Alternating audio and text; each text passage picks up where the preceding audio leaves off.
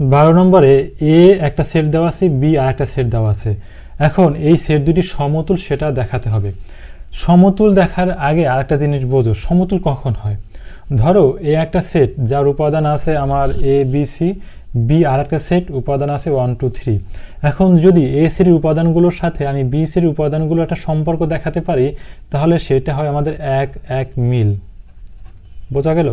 এই এক এক মিল যে সেটের ভিতরে আছে সেই সেটটাকেই বলা হয় সমতুল সেট। তাহলে সমতুল সেট কখন হয়? যখন এক এক মিল হয়। তাহলে আমাকে শুরুতে কি করতে হবে? এই সেট দুইটার ভিতরে একটা এক এক মিল দেখাতে হবে। আসলে আমরা ধাপে ধাপে সেই বিষয়টা দেখি।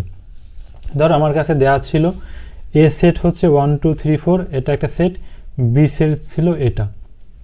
এখন এ আর বি এই সেট দুটির ভিতরে আমরা এক এক মিল দেখাবো। সেইটা কীভাবে দেখাবো? দেখো, এ সেটের উপাদানগুলো আমি লিখলাম, বি সেটের উপাদানগুলো লিখলাম। এখন অনের সাথে অন দেখালাম, একটা মিল আছে। বি এর 2 এর সাথে 2 এর একটা মিল আছে। 3 এর সাথে এইটা মিল, কী রকমের মিল দেখো। আবার 4 এর সাথে এইটা একটা মিল আছে, কী রকমের মিল আছে সেটা আমি দেখাবো। এন এর সাথে এইটা মিল, কী রকমের মিল দেখো। এই যে 3টা, 3 এর সাথে 2 এর মিল কেমনে দেখো। আমাদের সূত্রটা কি? 2 এর পাওয়ার n মাইনাস 1। এখন 2 এর পাওয়ার n মাইনাস 1, তাহলে এই যে আমি এই তৃতীয় পদ 3 যদি এখানে বসাই, -1 এখানে বসাই, তাহলে এটা কি হচ্ছে? 2। তার মানে এইটা হচ্ছে তৃতীয় পদ। আবার একইভাবে চতুর্থ পদটা কি দেখো, চতুর্থ পদটা হবে n এর পাওয়ার 4 -1, তাহলে এখানে 3 থাকতেছে, তার মানে চতুর্থ পদ হচ্ছে এইটা।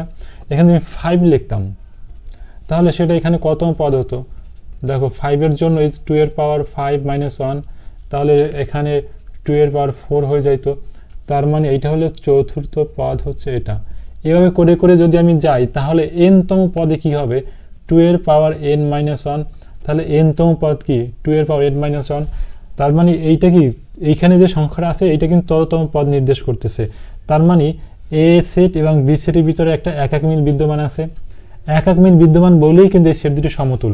এই জন্য এখানে লিখে দিয়েছি যে এখানে এ এবং বি সেট দুটির মধ্যে এক এক মিল বিদ্যমান, অতএব এ এবং বি সেট দুটি সমতুল সেট।